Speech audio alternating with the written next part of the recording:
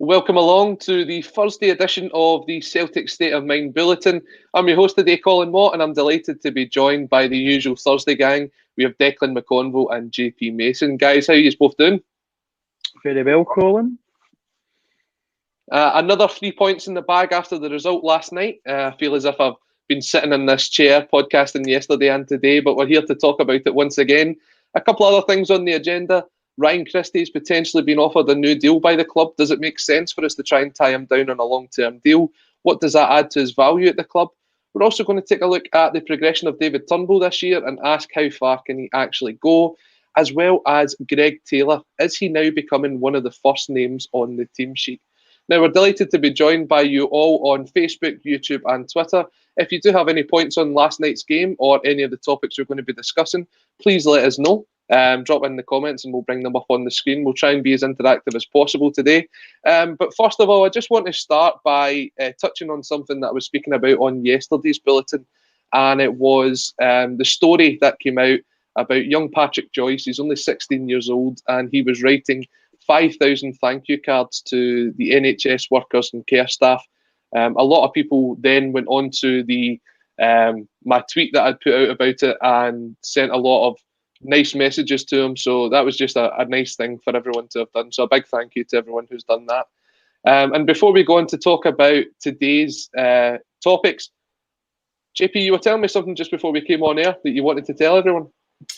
Oh, it's not profound by any means. My friend Michael told me last night about the night before, about a documentary about St. Pauli, and it's called The Fans Who Make Football. It's on Al Jazeera TV, which I've never ever watched Al Jazeera before. I didn't even realise I had access to it. But yeah, you learn something new every day. So I watched it. It's a really good documentary. If anyone's got an interest in St. Pauli, which is obviously the strip behind me, I went for a different strip today. And there's a Celtic documentary, part of the same series. It's on the 23rd on Al Jazeera next week, which is about Celtic. So just so people don't miss out on it, because it's not been, given the fact that it's on Al Jazeera, it's not exactly been heavily publicised. So hopefully it'll be as good as the St. Pauli one. I'm sure we're all looking forward to it. So yeah, take a look out for that one next week on Celtic. But let's go back and take a look at last night's results. A 1-0 victory over Aberdeen. David Turnbull with the only goal of the game. Declan, what was your thoughts on the game? It was a bit of a hard watch for a lot of it, wasn't it? It was a hard watch, Colin. First half, some nice bits of play in there, good bit of intensity in the play. And in the second half, completely dropped off again. Not even just in the second half, the end of the first half, I thought we dropped off. And we were defending our penalty area for the latter stages of the game. It was a bit of a nail-biter. But in typical circumstances, if this was a title run-in, 1-0 at Aberdeen, we'd all be delighted about getting 3 points. Yep. I think just the circumstances of this season, it's getting 3 points to just bridge a wee tiny gap between ourselves and the league leaders who are away far in front. So I think in the normal circumstances, 1-0 against Aberdeen at home would all be chuffed by, another clean sheet as well, obviously. But in the circumstances, it's just another game ticked off in what's been another hellish season that we all want to end sooner rather than later. And that's 5 wins on the bounce now for Celtic. There's only 9 games left of the season to go. JP, what was your thoughts on the performance last night? Well, I mean, like Declan was saying, everybody would have been happy with the victory, but the second half, what I saw of the second half, anyway, I only saw up to the 75th minute. I had to cut short my break. Lucky you. I know.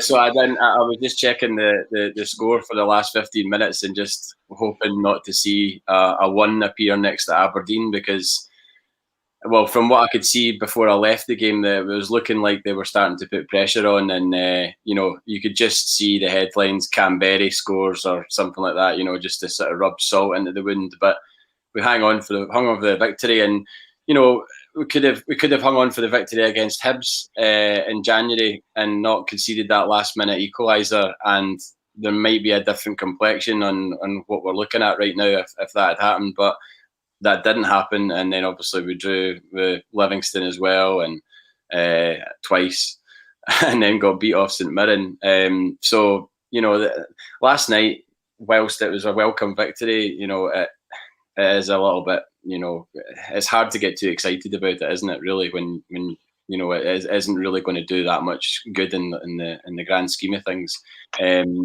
Yeah.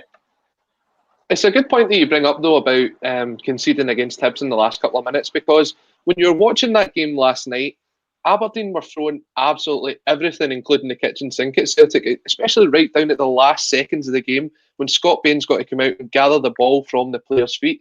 So they were trying absolutely everything.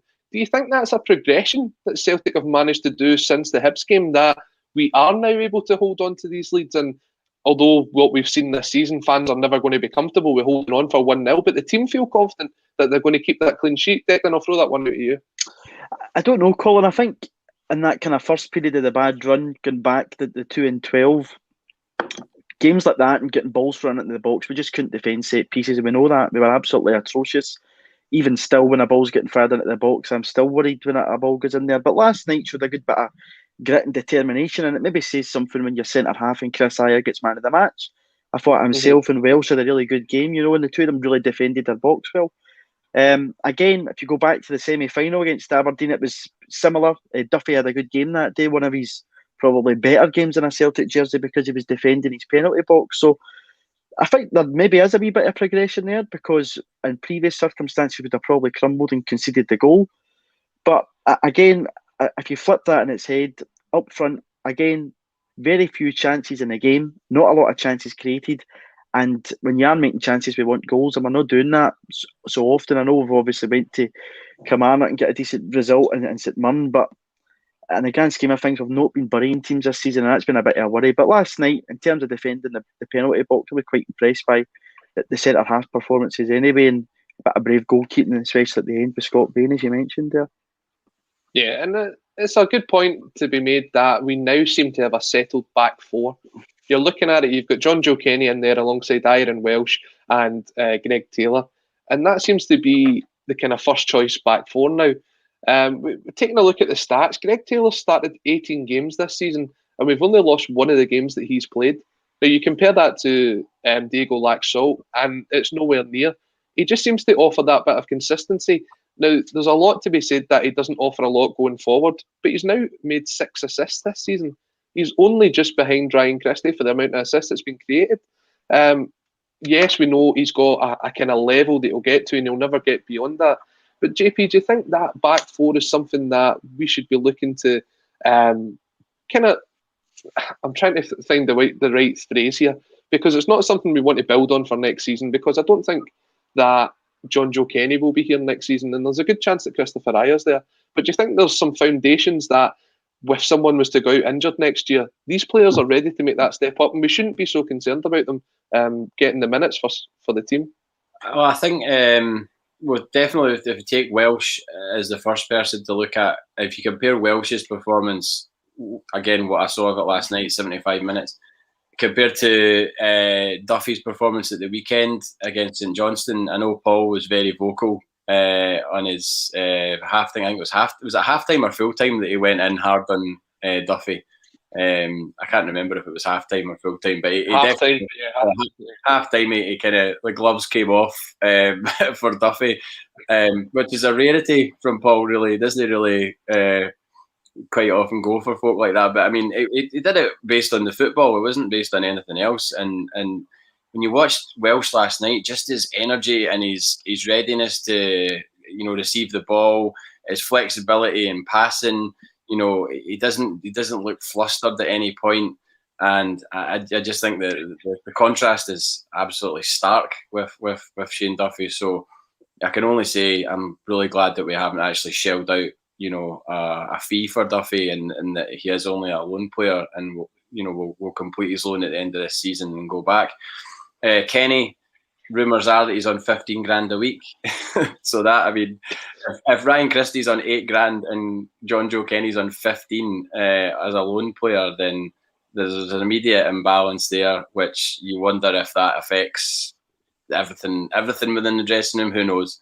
And Ayer, I would love to think that Ayer would stay. I've been slagged on here for saying that Ayer's worth 25 million. I'll stand by that. I'll I'll stand by that until somebody tells me different in terms of when he actually signs for another club. But all the signs are that we're going to lose. Depending on what the market is like in the summer, it might be that nobody has the money to come in and pay what we want for him, and he doesn't go. That would be amazing, as long as he's not going to throw the toys out the pram over it. And Greg Taylor, considering how far Greg Taylor was out the picture at the start of the season, to have that sort of those stats that you just pointed out, to have those stats now as being a guy that's had that run in the team. You can only be impressed with that and say that he's earned his crust at Celtic so far. And whilst he's not here in Tierney, nobody ever will be. He's definitely somebody that I wouldn't want to see go anywhere in the summer, just because he's not fashionable or glitzy. Mm-hmm. No, definitely, and I think you can see even the development in Greg Taylor from the point of which we signed him from Kilmarnock to the player he is now. There's a lot more. There's a lot more confidence in his play. He's trying to take players on. He's getting into the right positions. But just like with Jeremy Frimpong, his final ball's not quite there yet. And it'll be interesting to see if he's able to develop that over the next few months. He's certainly got someone behind him that's pushing him to get the performances out of him, and you can see that. Going back to Chris Ayer, the kind of image of last night's game is at full time when Chris Ayer is celebrating the win, and you know how much it meant to him. The arms are in the air. He's really kind of buzzing at the fact that they've managed to hold on for the clean sheet. And Kenny67 comes in here on YouTube to say the positives were Welsh and Ayer looking solid, and Turnbull always looking creative. But for some inexplicable reason, he always gets hooked before the end. Now, I'm going to ask you guys as well I'm going to go for 2 positives and 1 recommendation. A kind of general review system that probably a lot of people have in their own workplaces when they're getting their own reviews. On last night's game, and Declan, I'll come to you first. 2 positives you can take from it, and 1 thing you'd like to see us work on ahead of the game against Ross County at the weekend. I would say the 2 positives was the centre-half pairing again. I thought the 2 of them defended their box really well. Obviously, we wouldn't like to give up chances like we were giving up last night. I mean, it was a bit of play, you'll probably remember, Colin, about 93 minutes, and Scott Bain's got a goal kick. There's a minute left in the clock, and he quickly takes the goal kick and gives it right back to Aberdeen, and you're just inviting the pressure again.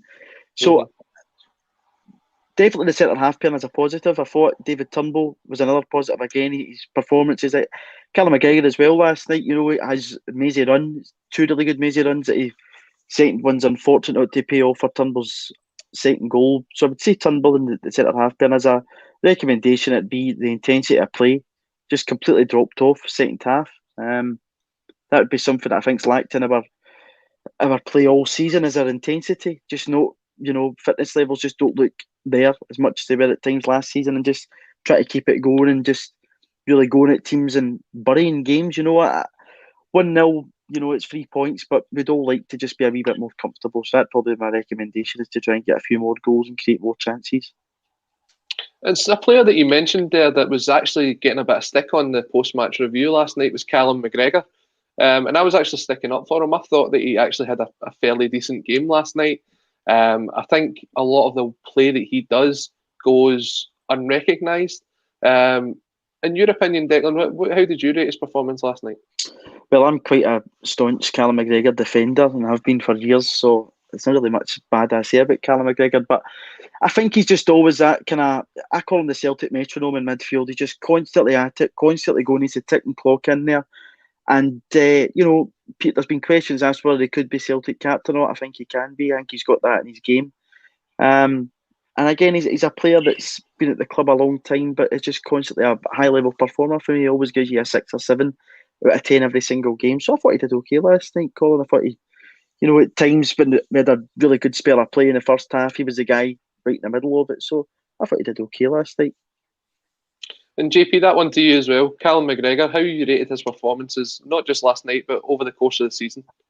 I think you can tell he's been frustrated with how things have gone, and you can also tell that he actually cares about what's happening. He's not, a sort of, I just collect my paycheck every week and pretend that I, like playing for Celtic. He does actually care, and it'll hurt him, the fact that we are, suffering this, weird downturn in fortune this season. I think he's been a victim of the lack of consistency in terms of the team selection. He's always played, but he's not always had the same players around about him and not had the same defence and everything else. So you look at like his recovery or attempted recovery tackles, why is Callum McGregor going up for a header in the box against Rangers in that game when it comes off his shoulder? Do you know what I mean? That's surely a centre-half's position. Why is Callum McGregor running back and having to foul for a penalty against Aberdeen at Pittodrie? Do you know what I mean? It's like things like that will have haunted him. And I thought he was, from what I saw of him last night, I thought he was decent. It wasn't outstanding, but it was decent. I read an article, could be clickbait nonsense, I don't know, but saying that the Leicester City thing, the door's shut on that move, and therefore there's a potential that we could be offering him a new deal or something like that. Again, I would love to think that's the case. If we could get him on a new deal, that would be amazing, because he's certainly one of the players that you would not want to lose. Because obviously you've got him; he's been there throughout this whole time, and Scott Brown has been there throughout this whole time as well. But Scott Brown's coming to the end of his career, whereas Callum McGregor's still got quite a lot left to give on the park, whereas Brown might be more behind the scenes. So to have somebody like Callum McGregor there for consistency for new players coming in would be, the price you can't put a price in that, really, I don't think. I'm just looking at some of the comments coming in on Callum McGregor. David Bradley saying that Cal Mack is running on empty. Mm-hmm. There's some other comments coming in on him as well. David Kelly coming in to say McGregor has been very poor this season. You can see that he's suffering under Lennon. He's also run into the ground game after game. As you were saying, JP, he's played every game this season so far. And Philip DeMarco coming in to say that McGregor needs a rest. He'll probably play right through the summer now as well. Let's be honest, he's probably guaranteed to be in the Scotland squad barring any injury for the Euros. So you can see that flogged and horsed every game. There's also been the fact that he's been given the captaincy. Do you think he's a captain material? I mean, the chances are that Scott Brown may retire at the end of this season. His contract is up. There's been discussions on whether he'll be given a 1-year extension. I think it would be prudent to give him that extension, although I wouldn't want him to be playing a lot of games next season. You're hoping that he's there in a sort of mentoring and coaching capacity. So with him not being on the park, you are looking to who the next captain could be. A lot of people are saying that if Chris Ayer stays, they would give him the captaincy. Callum McGregor's been given it this season. Declan, what do you think? Has he kind of stood out to be that kind of commanding figure on the park? It's just kind of been a pass of the baton type thing, I think, in midfield, Colin, with Callum playing in there so much, with Scott knowing his game so much, and, his whole Celtic career so far, he's had Scott beside him, so knows the role of a Celtic captain. I would love Chris Ayer to stay this summer. Really would love him to stay. I would fire a lot of money at him just now. But I'm a bit sceptical whether or not he will stay. Whereas I think something you touched on earlier, Callum McGregor does care. You can see he cares in performances and stuff. I wouldn't like to lose him either. I think there's more of a chance of Callum staying than it is Chris Ayer. So I think he's probably the natural successor. But between the two of them could be Celtic captain. But I personally think Callum McGregor would be a decent Celtic captain and would be thoroughly deserving of it. Out of our whole squad, he's been there the longest. He's even been there longer than James Forrest. I think he's been at the club since he was 5 or 6, so he really knows what Celtic is all about. So, yeah, I think Callum McGregor would be a good Celtic captain. What's your thoughts on that, JP? Yeah, I agree. I really do think that he's well respected amongst the players and people around the club as well.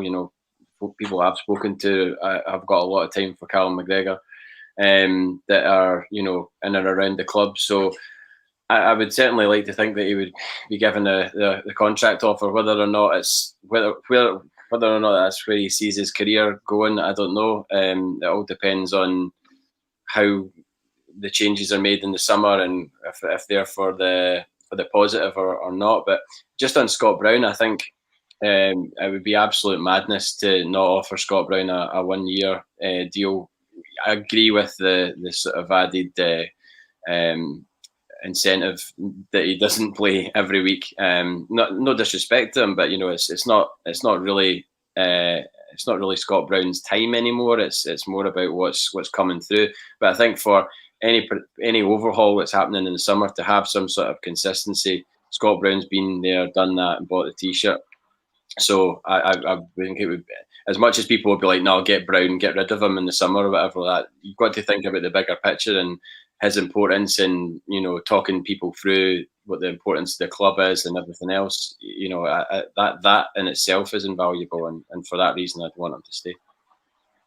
Yeah, it's hard to disagree with any of that. I think McGregor has been one of Celtic's most consistent performers over the course of the last 4 or 5 years.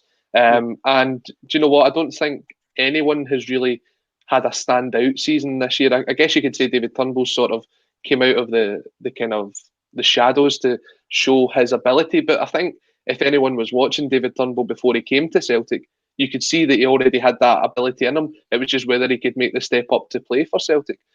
So that shouldn't really come as a surprise to a lot of people. And Chris Ayer's probably been one of the most consistent ones.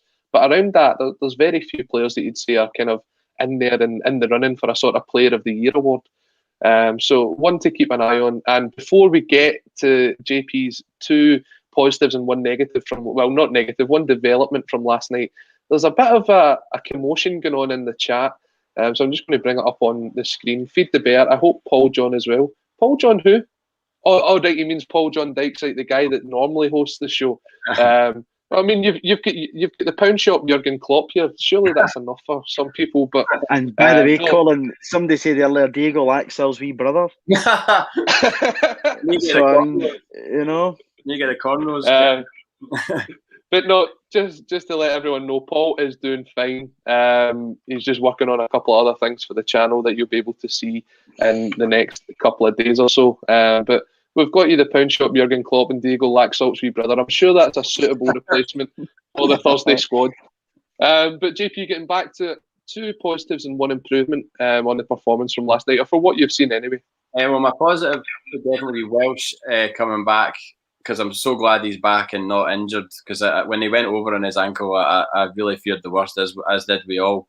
So it was great to see him back so soon, and slotting back in and looking like he hadn't been out of the team really. So I called myself that. I gave myself that name. It's not as if someone said that. That was just on my head as well when someone said that. But so Welsh coming back, and I thought, I've had a few question marks over Sorrell, and I thought certainly in the first half Sorrell was all over the place, and I liked a lot of his recovery tackles. And I saw a stat, I don't know, maybe you guys shared it maybe afterwards, but his dash rate 93% or something in the first half. Yeah, Sorrell's, yep. Yeah. Someone highlighted that to us on the stream last night, yeah.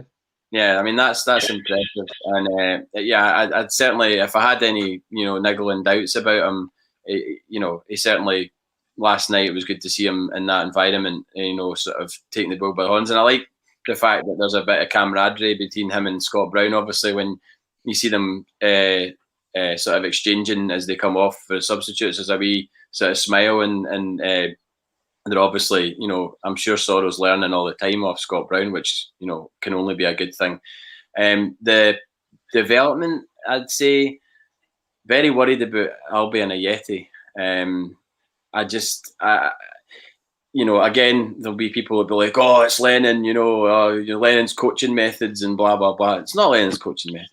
This is about the football player. The football player who we signed from West Ham, who hadn't kicked the ball for West Ham. Why had he not kicked the ball for West Ham? We didn't sign a proven goal scorer in Albi and Ajeti from West Ham. We signed a guy that hadn't kicked the ball for them. You know what I mean? So question marks over why that was the case, and question marks over why he's been not really at it in terms of his Celtic career so far. Fitness, etc. I don't know. But it just looks a bit kind of awkward up there, and I didn't really see anything between him and Edouard that filled me with excitement, and certainly in that first 45 anyway. I think there's something to be said about the fact that we tried to sign him on loan in the summer. The original deal was supposed to be a loan deal with the option to buy him at the end of the year. And then that sort of get like pushed along, and it was just a case of, right, okay, we'll just sign him permanently up front. If you had signed him on loan this season, I don't think it would be sitting here now going, yeah, we're going to go spend £5 million on this player. No. No. And now you're in the situation where you've already spent that money, and you've got to try and get the best out of that player now, because you're not going to get that return back this summer. So he's going to have another full pre-season under his belt. It took him long enough to come in last pre-season, so you could almost make that excuse. And he's been injured as well. But as you said last night, it just looked as if there wasn't a partnership going with Eddie up front. I don't think he had a single shot on target. You did see glimpses of what he could do to an extent. He was able to hold the ball up really well. It stuck to his feet. But I feel as if he's one of these confidence players that he needs sort of 2 or 3 goals in a row, and then you'll get the best out of him. But at the minute, I just don't see him getting the service in the way that we're playing. We're not creating a lot of chances. It probably doesn't suit him to be in and about the squad. I would maybe see someone like Lee Griffiths or Patrick Klimala coming back in, to be honest. What's thoughts on that? I'll throw that out to whoever wants to answer that. Well, I was going to say, Colin, I think I touched on it last week. If you look at Albie's game time before his goal at Kelly, I think he'd played half the game time between his goal against Hibs at the end of September and the goal against Kelly. So it was a player that game time-wise wasn't given a lot of games in the park, so it had needed that run of games. But in terms of his play, he's a poacher, he's a penalty box player. I know we tried him out as a lone striker. I don't think he's a lone striker. He needs a partner. Service-wise, he's going to be a guy, he reminds me at times like Gary Hooper. He's going to be in the box and he's going to be sniffing about, but you need to get the service in there. And last night, service to his feet wasn't great. So that is something as a collective, as a team, you need to work on. Because if he's just going to be his kind of usual selling, strut about and wait for the ball at his feet, you're not going to get anything done. So it's going to need to be a bit of a balance between the ball getting in at his feet and moving about a wee bit quicker. But again, to touch on Neil Lennon's comments, he said that he was only coming up to conditioning level there at the beginning of February, which really worries me. Why is that taking so long for a player to be signed in August to come up to conditioning level? Yeah, it is quite a worrying thought. And as you said, he hadn't had a lot of game time. And I think it was Lee Griffiths that said earlier in the season, there's only so much training you can do in the training ground. You have to get that minutes on the park to get it into your legs and get yourself up to match fitness. A lot of people saying in the comments that he looks overweight. I don't know. I think he might be one of those players. I think Chris Commons was always mentioned about it, and Big John Hartson was famous for it. That he was kind of just the way that he was built and the stockiness. But there's been there's been glimpses of what Albion Ajeti can do this season. If you take a look at the game away to Lille, when his link-up play in the first half with Mohamed El Anoussi, someone that he's actually worked with before at Bâle, and there's been glimpses at home to Hibs, the 2 goals that he scored before he got injured. I think there's still a player in there. What would your thoughts be, JP? Is someone you'd like to give another pre-season to and see how he gets on at the start of next year?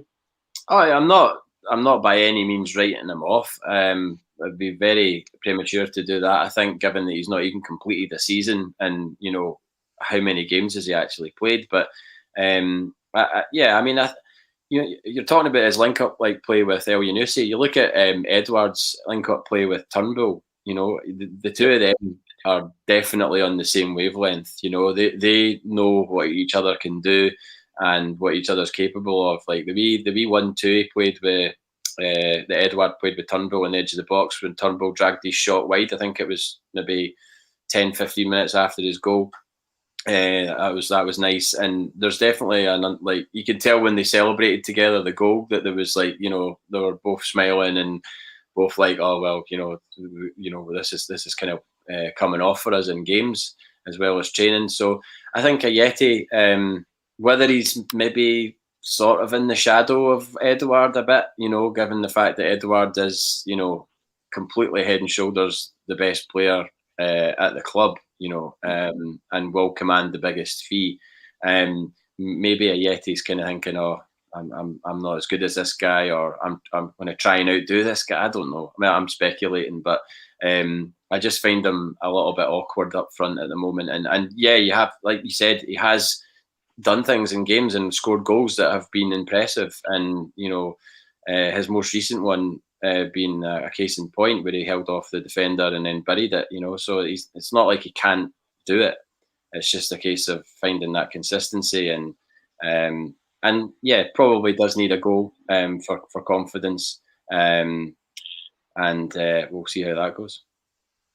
There's a couple of points coming through in the comments, and I wonder what your thoughts are on this. Robert Highland coming in saying Albi needs wingers, and there's a point just further up here from my man says 67. The sooner James Forrest comes back, the better. I think a lot can be said about the service that the forwards have had this season. I mean, it came as a surprise to me that Odsonne Edouard had scored 20 goals this year, because you don't tend to see a lot of chances being created from the wide areas. It always seems to be coming through the middle. The introduction of David Turnbull really helped that. He manages to find spaces that some players would never ever see on the park. The ball's over the top. Between him and Tom Rogic, the passing is really impressive.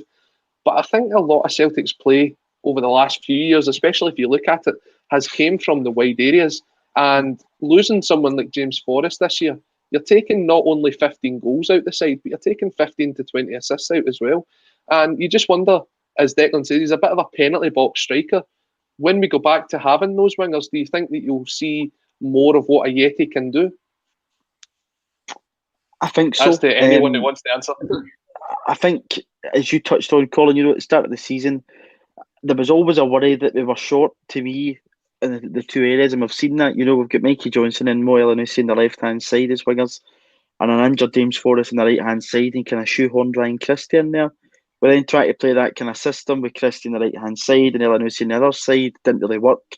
And inevitably we went to that diamond in midfield come December time, because it just looked as if we were running out of formations. The 3-5-2 wasn't working. We tried the fullbacks in there. Didn't work out for us. So I think shape-wise, maybe the 4-4-2 diamond maybe just doesn't work for Albi Ajeti as well. We're a lot more narrow. That was something we were all kind of happy about because of the way we were conceding goals. When we tried it out, it worked because we were able to tighten up the midfield. I think wide players would probably add a wee bit more to his game. He certainly needs a partner up front. Whether a kind of 4-4-2 straight would be a bit better for Albi Ajeti, I don't know. It's just speculation because I've not seen him really play with it. Yeah, JP, your thoughts on that? Yeah, I think James Forrest, as much as God, in my section at Celtic Park, there's people around about me that have thrown so much abuse at James Forrest over the piece since I've sat there. I've had that seat since 2012, I think it was, and he's had so much abuse. But at the same time, it's like there's nothing better when James Forrest scores a goal, especially an important goal, and turning around and just making eye contact with these people and being like, because it's, some people are just they've really got it in for him, and we've missed them. You can't. You read out the stats, the assists, the goals. He's got those numbers for a reason. Do you know what I mean? They're not made up numbers. They're real goals, real assists, and have come in big games. It's not as if you can just say, "Oh, James Forrest only scores when we're 4-0 up against St Johnstone at home." O to be 4-0 up against St Johnstone at home, by the way. But it's not one of those. He's not like a sort of I'll just turn it on when the game's done. He scored big goals. There's no denying that. And the assists as well. The assists are there for the strikers, and currently we've not got somebody doing that. Yeah, and I think you said that there's probably been a lot of Celtic fans that are now looking at this season and going, Jesus, maybe I was given the one that was given James Forrest stick, but now you're desperate to get someone like that back into the team. He gives you that energy that we seem to be lacking. Declan, you touched on it earlier. Some of the build-up play is really, really slow. But if you get the ball out to James Forrest, he's going to have a go and he's going to run at the wingers. And it's... Yeah, you'd need to change the formation up to get someone like him back in. You'd also need to change the formation up to get someone out on the left-hand side as well. And we don't really have that option at the minute. For me, I wouldn't be playing Elyounoussi out wide left. I just don't think he's got the pace to do it. A lot of people say, well, he can cut inside and he can stick one in net. The last player that kind of reminded me of that was Scott Sinclair. And Scott Sinclair's came up in the comments. if you had a Scott Sinclair from first year under Brendan Rodgers in that team, it would be another level above. He was one that was eventually found out. I think you just knew he was going to cut inside and he was going to try and curl one. With James Forrest, at least he tries to hit the byline before he's putting the ball across. He can cut inside as well. You've seen that. I think that the time that we beat Rangers 5-0 at Celtic Park when we kind of won the league that day, his performance was outstanding, and it's kind of the level that you can see from him. But we're going to go back to talking about the squad later on. We're going to take a look at some of the players that may be moving on. We'll take a look at the 11 that started last night, and we'll ask the guys how many of them you think will still be here next season. We're also still live at the minute on Facebook, on YouTube, and on Twitter. So if you do have any comments, come and let us know what you think. David Bradley coming in again. Sinclair should have been kept. Just going on to the point that I was making earlier on. Phil 17 HG Smith. I'm just making sure I got that one right. Guaranteed that Mikey Johnson won't play again under Lennon. I'm seeing quite a few of these comments about players that won't play under Lennon. Some people saying Lee Griffiths. Some people saying Mikey Johnson. Is it just a case for Mikey Johnson that he doesn't suit the formation that we're playing at the minute? I'll throw that one to Declan. I think so. We touched on earlier, that this kind of 4-4-2 diamond seems to be working just now. It's getting results, as you said earlier at the start of the show, Colin. 5 wins and a bounce. We're not going to change the formation anytime soon. So where Mikey Johnson would come in there, I don't know just now. And I think Mikey, you would say he's probably one of the players that's got a wee bit more game time under Neil Lennon, and scored obviously that big away goal against Sarajevo last year in Champions League qualifying. He's been unlucky with injuries. I think that if you were maybe playing a different formation, he would have a wee bit more of a chance in the team. I think Neil Lennon quite fancied him as a player, but I just think, as you say, Colin, formation-wise, it just doesn't suit him. Moyle and Hussein, even if James Forrest goes back, I don't know where he would play just now, because I think he would stick with this formation. Connor Kelly coming in here. I think it's where we fly dig. Why is the views down when PGD isn't here? Well, you know what to do. Share the podcast with everyone on Twitter, on Facebook. Tell them to come on and get involved.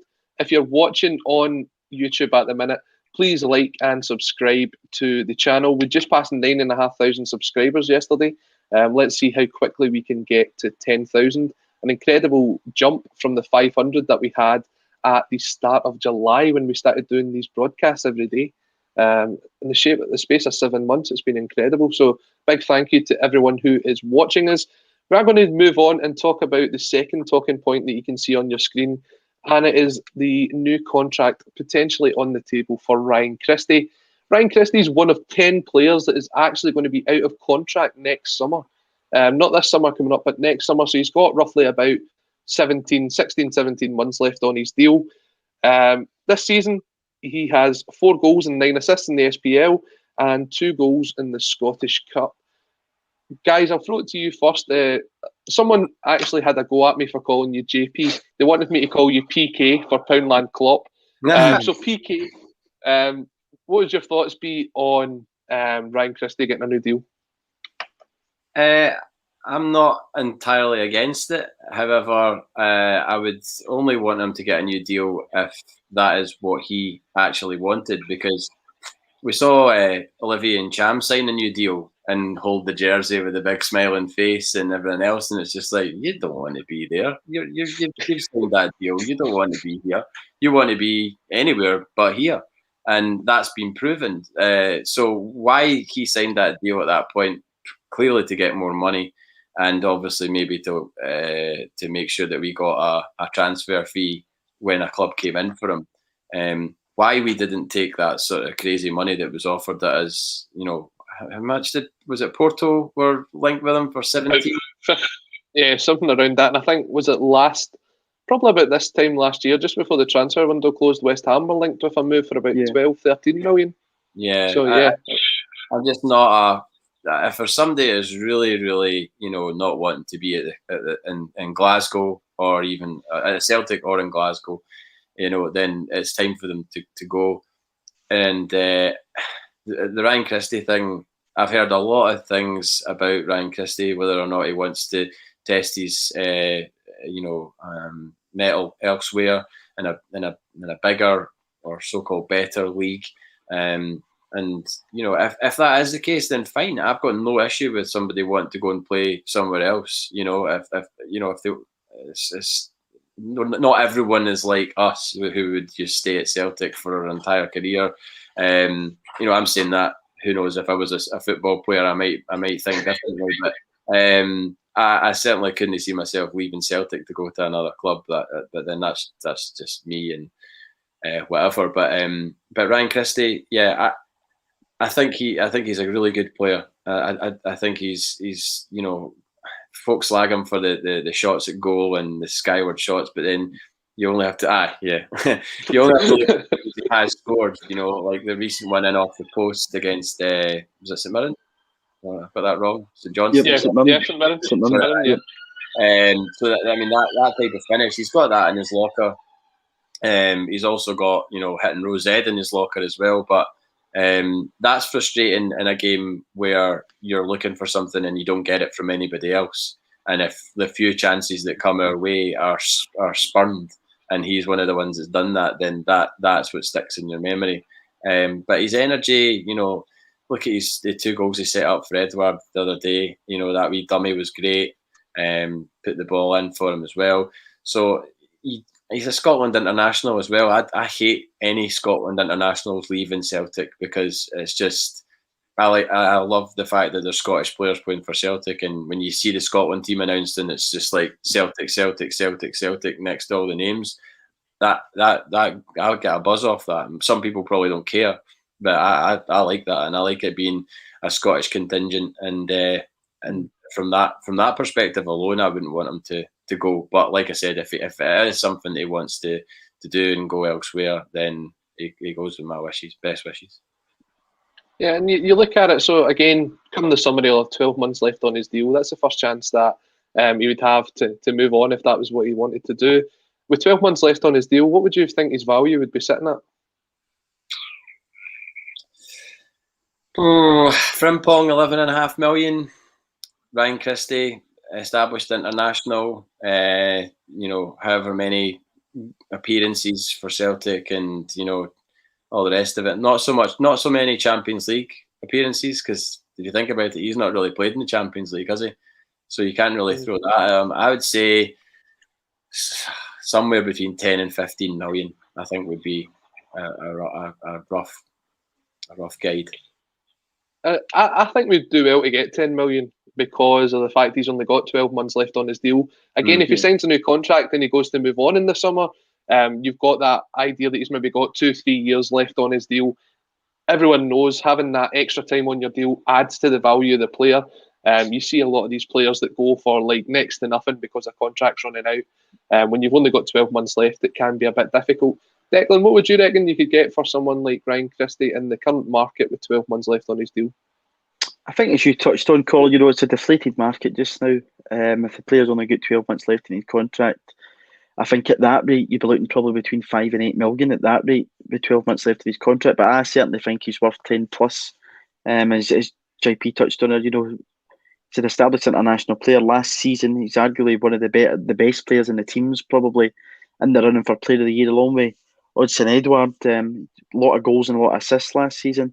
But I think a few things to touch on with Ryan Christie is one of my biggest frustrations was when Dedrick Boyata left Celtic for free to Hertha Berlin, and there was a established Belgium internationalist that was leaving Celtic for zero to go to Germany. That's a frustration. Nobody should believe in the club that is an established international and a good player, first team player, for nothing. I would only be offering Ryan Christie a new contract if he wanted to stay at the club, or whether it was a kind of gentleman's agreement to make sure that the club get more money for him to go. Reading in between the lines of his father's comments, Charlie Christie, it looks as if he's probably been drawn by the riches of English football and further afield. His mate Stuart Armstrong's down at Southampton, earning fortunes compared to what he's probably on at Celtic, so wants to have a wee crack at that. As well as that, his career so far, Inverness to Celtic and then the loan deal up at Aberdeen, he's not really had what you would call the glamour move that his mate and Stuart Armstrong's had, so maybe he wants to try that out. It's a short career in football and he probably wants to sell a few quid. So, Christie with a new contract, I would only give him it if he wants to stay and he wants to commit himself to the club. But if not, it's about getting the club money, because I think with 12 months left in the contract, it would either just be ran down or you would get a really poor transfer fee received from him that doesn't really reflect what he's worth, in my opinion.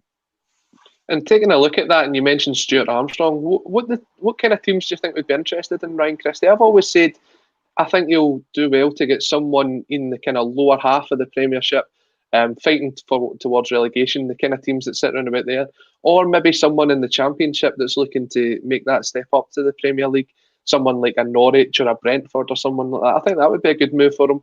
Where do you think he could find himself when he leaves Celtic? I don't think he's as good a player as Stuart Armstrong. I think Stuart's a better player than him. So I think certainly bottom half of the English Premier League is our teams maybe coming up from the league. But again, no, I read a report that it was linked with a deal to Nice in the south of France. I mean, I think for a lot of players coming towards that age, a wee move to France to play the rest of your football is quite attractive. So it might not be the English Premier League, but I certainly think if it was to go to the Prem, it would probably be kind of bottom half table or a team coming up from promotion. On that note, JP? I read I read that about him going to Nice as well. I lived in Nice for 6 months when I was a student, and it's an unbelievable place to stay. Right in the south of France. Monaco's along the road, Cannes down the road. Everywhere is kind of reachable by train, like half an hour, and it's a great place to play to live. But the French, I read that article about the French league, and it's kind of, there's no money in French football because they were talking about they're struggling right now. If there was a French club that came in for Edouard, they wouldn't have the sort of money that we would be looking for Edouard. So that would be a door closed on Eddie going back to France. So therefore, if we were looking to get some sort of fee for Ryan Christie in the summer from Nice, I don't know if Nice would have that money because the TV deal collapsed, I think it was, and therefore French football's not in the same place as it was, 6 months ago or a year ago. So, who knows? Like Declan said, it is a deflated market. I've got absolutely no idea what's going to happen in terms of transfer activity, anywhere really in the summer. It's just all really unknown. And when you see our half-year results, if our half-year results are bad, then other clubs' half-year results are going to be really bad as well. Let's face facts. So, where would you think he would end up then? If Nice is off the table and it was a move down south? Yeah, I think I certainly don't think a top half Premiership club are going to come in from. I read an article saying Arsenal at one point. There's no way. Are Arsenal a top half Premiership club at the minute? That's another question. But yeah, I think I think maybe like a top end Championship club or something like that. Maybe he's got to do. There's no way Ryan Christie is going to go straight to the club that he wants to go to. He's got to do a sort of maybe lesser level or lesser rung move that what Stuart Armstrong's done, going to Southampton. And Stuart Armstrong's obviously playing well for Southampton and might get a move to a bigger club in England or abroad. And I think that Ryan Christie would need to do that as well if he wanted to get he's got to look at it like a snooker move. Obviously, he's got to look for the next move after the one that he does initially. Just seen some of the comments coming in for some of the suggestions. I think somewhere in the region of 5 to 8 million, I think that Declan said, is probably what you're looking at the value for Ryan Christie, especially with 12 months left on his deal. If he was to have another couple of years, that probably adds another couple of million on somewhere along the line. But yeah, it's a deflated market. You don't really know what's going to happen. You've seen the struggles that Marseille had trying to get the deal done for Olivier and Cham. It had to be a loan deal first. You've seen Moussa Dembele move from Lyon to Atletico Madrid. Although there's a guarantee kind of purchase price at the end of that, it was still another loan deal. Even, and probably a sin to bring this up on the podcast, but you take a look at Ben Davies' deal from Preston to Liverpool. That's £500,000 up front. It's not as if there's a lot of money being spent in the transfer market. So the kind of money that people think certain players may be worth, that money might not be there to spend. So you have to kind of look at it's a buyer's market. The player's only going to be worth what the club can afford to spend. And you may see some players that we think would move on this summer, maybe like a Christopher Aya, as you were saying earlier, JP. If the price isn't there for that player, and the player isn't necessarily making moves to leave the club, it could be someone that you see still at the club next season. Ryan Christie, though, I think Ryan Christie tried to make his move last summer, and with only 12 months left on his deal, if you're looking at it as a business sense, anyone with 12 months left on their deal that isn't going to sign a new contract should be making the move on in the summer. Declan, you're nodding away there. Yeah, I think it was probably one of the contingent that wanted to go last summer. But we've heard the club, Ian Banker and Peter Lowell say that probably wasn't the best decision that they made in terms of keeping players that didn't want to be there. I think he was one of those guys. So, you know, we don't want people like that in the dressing room that don't want to be at the club. And I think that's been one of our biggest downfalls this season. It has gone way back to last summer, is keeping players that don't want to be there. But is the worry, as you say there, Colin, 12 months in the contract come this summer, you're not going to get the money you expect from them at that, because either the club will just run it down and say we can get you in January for a cut price deal and bring you in, just wait where you are. So it'd be a case of, I think, tying Ryan Christie down for 1-2 years to then try and get a few quid for him in the agreement that will let him go. And it then asks the question, who would come in to replace him? Now, Ryan Christie's played in a number of positions for Celtic. You see it that he's played on the right-hand side, the left-hand side, he's played at the top of the diamond, he's sat in a sort of centre midfield role. So he has been very versatile for Celtic when we've needed him to be. Could it be that David Turnbull is already there as the replacement, and you've already got guys like Tom Rogic, who, again, was someone that we thought was going to be leaving the club in the summer, has stayed on. I'm not sure how long's left on his deal. Actually, I'd need to look that one up. But if you were looking to bring in a replacement for Ryan Christie across I'd say across Scotland and the UK at the minute, because I think it's going to be more difficult to bring guys in from Europe. I don't think you're going to have the money to bring guys in from Europe as well that are developed to that level. Within Scottish football, within UK football, who would be the replacement you think's out there for Ryan Christie? I'll throw that open to both of you.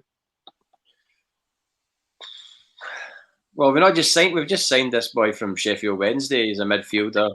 I don't know anything about him at all. I just know that my friend Ian Shaw will be pretty delighted that there's going to be a Shaw that he could actually get in the back of the if a 40-year-old guy would consider getting a 20-something-year-old boy's name in the back of his top. I know that was discussed yesterday about whether or not Laura would get Turnbull in the back of her top.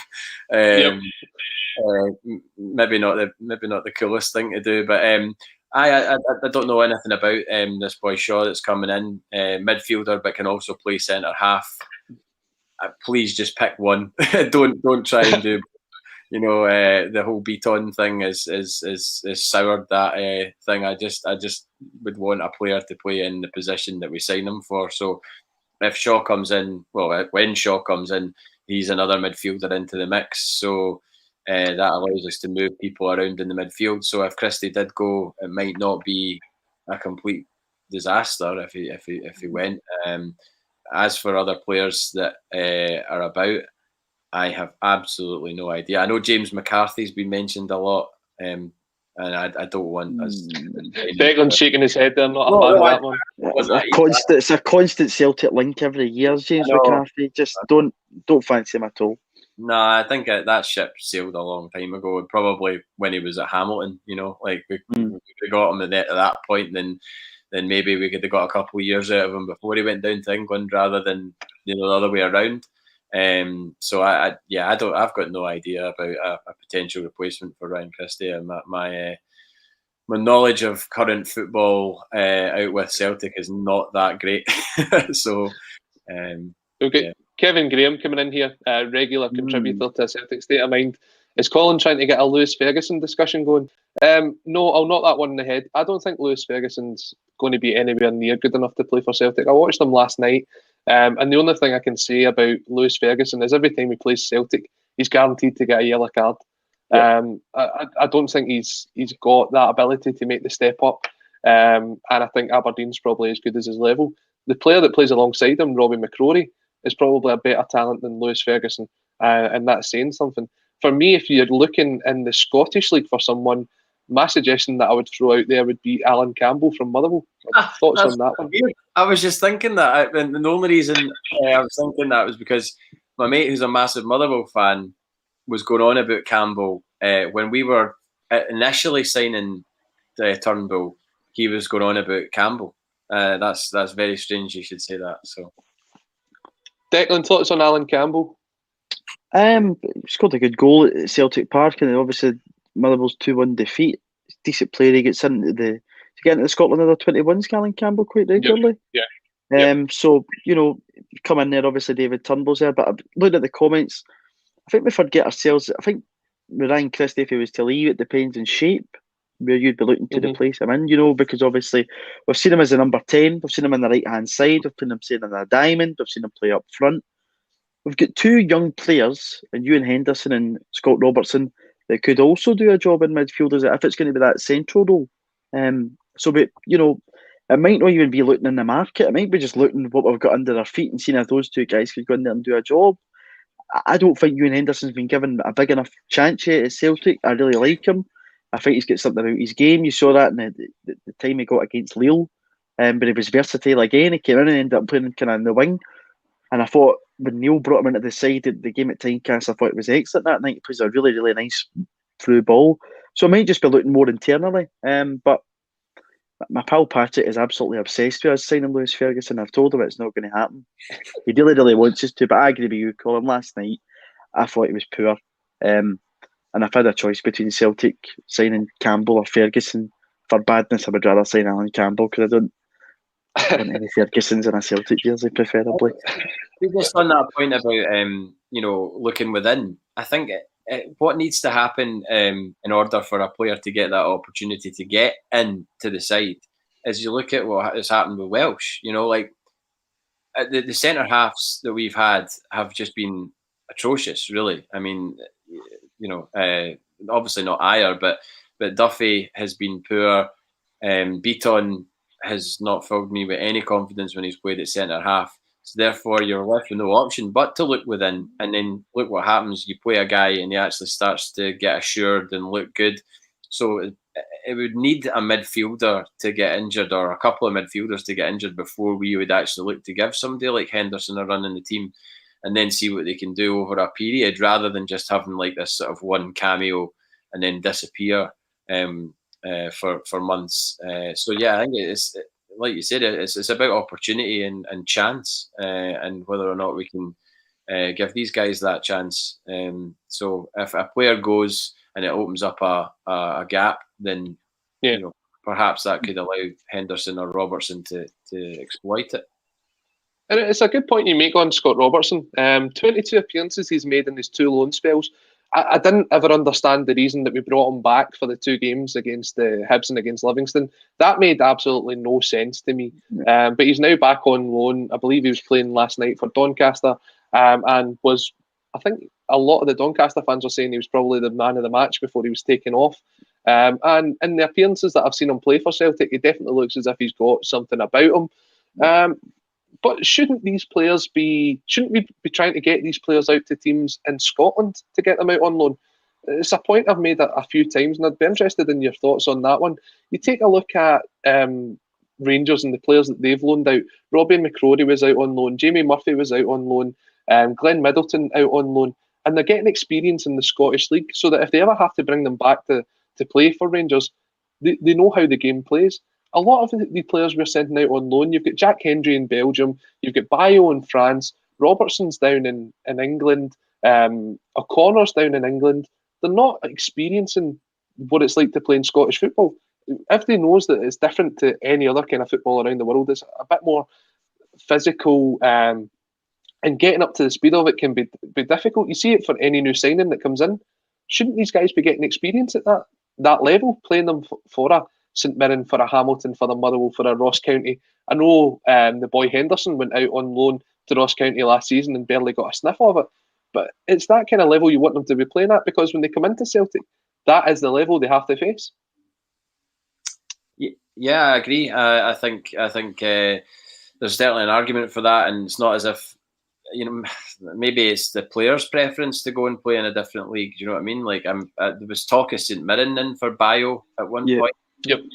And maybe he just sort of went, "Nah, don't fancy that. I'll go elsewhere." So it's probably a lot of it is down to the player's preference. And I was just thinking when you mentioned Bio, can you remember when we paraded Bio at half time in a game, and they did and it was like an Undertaker entrance where he just appeared with the lights all around him. Yeah, I remember that now, and the lack of contribution that guy's made, and you think back to that introduction of like a like the WWF introduction with the lights out, and oh my god, it's a little bit embarrassing, isn't it? But Declan was mentioning before we came on air that Lee O'Connor's going to be playing at Wembley for Tranmere in a cup final, so that's good experience for him down there, albeit playing in front of an empty Wembley probably, which is a shame for him. But ultimately, it's a high pressure game, and hopefully he comes back with an eye on getting into the first team, because international player, am I right? Isn't a Republic international? Really good credentials at Man United. Similar threads to the Shaw thread yesterday about when he was leaving, all these folk going, "Why are we letting this guy go?" So hopefully that stands him in good stead for coming back to us. Yeah, and I think there's only maybe a couple of players that are out on loan in Scotland. You've got Kerr McInroy at Dunfermline. You've got Leo Helge, I probably pronounced that terribly, who's up at Ross County, who looks like he's going to get a lot of game time now, because I think the centre-half at Ross County is now out for the rest of the season. So we'll probably be seeing a lot more of him playing in the Scottish League. It's the kind of level we hope that he'll rise to, and he can come in and make himself available into the squad next year. But yeah, Declan, we should be really trying to see if teams like Hamilton, Ross County will take guys that are not getting into the team. Guys like Luke O'Connell, surely he should be out on loan in Scotland somewhere. I think if you look at a guy like Chris Eyre, who we were talking about earlier, and JP mentioned him, that figure of 25 million, I think he can go for that. I think he's worth that. That was a player that came to us very young and raw, at 17 years of age, from Norway, brought in, spotted by Ronny Deila, and we sent him out to Kilmarnock. Now, that was a really good move for us, because it went there and he was able to kind of convert into that player that seemed to just become a lot more natural to the Scottish game, and came back and look at what he's done. Again, Ryan Christie, we bought from Inverness back at Celtic, sent him up to Aberdeen, get that bit of game time, brought him back in, and it worked out. So there's been stories in our team of players that have went on loan to other Scottish clubs and worked out. And obviously, maybe you look at Callum McGregor and say, well, he went down to Notts County, came back up and did a really good job. So there's arguments on both sides here, but I'd be more on your side, Colin, that it'd be better to get players out into the SPFL and let them experience a wee bit more of Scottish football, especially guys that maybe don't know the league as much. Obviously, Callum McGregor, a Scottish-based player, going down to Notts County is a wee bit more seamless transition, whereas Eyre coming in from Norwegian football to get that chance at Kilmarnock gave him that bit of experience that maybe needed in the league. Yeah, definitely. And speaking of Ross County, it's who we face on Sunday. You guys won't be back on before the game. Looking for your predictions for the game. A 7:30 kickoff on Sunday. The last time I remember football being played at 7:30 on Sky on a Sunday night, it was Dream Team and Harchester Rovers were playing. But JP, I'll come to you first. Predictions for the game on Sunday. I do remember there used to be 6:05 kickoffs on a Sunday night. This is, oh God, I mean, I'm really showing my age when I can tell you that I remember those games. I remember the Boxing Day game when Di Canio scored with the golden boots against Aberdeen at Pittodrie. That was a 6:05 on a Sunday night. If anybody hasn't seen that goal, look it up on YouTube. One of the best. Outstanding. Yeah, definitely. Absolutely ridiculous. I remember watching that in my local pub and going absolutely tonto when he scored it, mainly in front of Rangers fans. I think Sunday night game, I have no idea. Presumably it's because of Sky, I don't know. But it seems absolutely bizarre that we're playing on a Sunday night in Dingwall. It just seems really stupid, but it is what it is. Ross County, I've not really been keeping an eye on their results I know obviously Yogi's in charge there now. Got a lot of time for him. Bumped into him once on the way up to. I was going to Dundee. We were playing Dundee away, and he was waiting on his bus picking him up. He was playing for Ayr United, and I met him just at the bridge, and I was sitting talking to him, and he was telling me about being at Celtic and everything, and some dressing room tales about Pierre Van Hooijdonk, which I'll not elaborate on, but it was it's probably X-rated really for this time of the day. I think if we can continue the way we've been playing, I'd like to think we could get the 3 points. Whether or not that'll please people if we go up there and get a 1-0 and it's a David Turnbull goal and we don't do anything for the rest of the game. To be honest, at this stage, I just want to see us win. Just like last night, I saw a few people tweeting last night when we scored our first goal. All right, let's get 4 or 5 here. I was just like, that would have been nice, but I just wanted to see us win because wins have been such a rarity of late. So yeah, any win on Sunday is good for me. The more we can get a bit of respectability back, the better. Declan, any win will do. Any win will do. Yeah, as I said at the start of the show, Colin, it's just a case of trying to get this season over and done with. And it's not meaning, I think the 3 guys will still be at the stage of if Celtic don't win, the rest of your day's crap, and you just don't want anything else to happen. You just want a Celtic victory to kind of put you in a wee bit of a better mood. So any win will do. If I was going to say it, I'll go for a 2-0 win. I don't think we'll be as convincing as the 5 up there before. But what I would say is I'm gutted that we're not going because 7:30 at Ross County up in Dingwall would have been an absolute mess, and there would have been some sights coming off the buses, by the way. So I'm gutted. I've never been to Dingwall ever, and it's a good away day. Yeah, that's a great away day. Great away day. I can imagine. Never. So gutted not getting up there because that would have been a few good sights to see. Probably a few spare tickets going about up there with some casualties, but hopefully we can go up there and get a win. Yeah, and we will be back on Sunday at 7:00. Such a strange time to be out doing the game. We're waiting all weekend for Celtic, but 7:00 we'll be back on A Celtic State of Mind. Paul will be back tomorrow with the usual Friday squad, so tune in for that one at 12:30. We'll be back at 7 on Sunday for the pre-match, and at 8:00 a new show is launching on the channel, hosted by my usual Wednesday contributor, Amy Canavan. It's the Soccer Supernova with an interesting interview with former Celtic employee Jock Brown, so one to keep an eye out for. But until tomorrow, everyone, please stay safe and take care. And as always, hail, hail.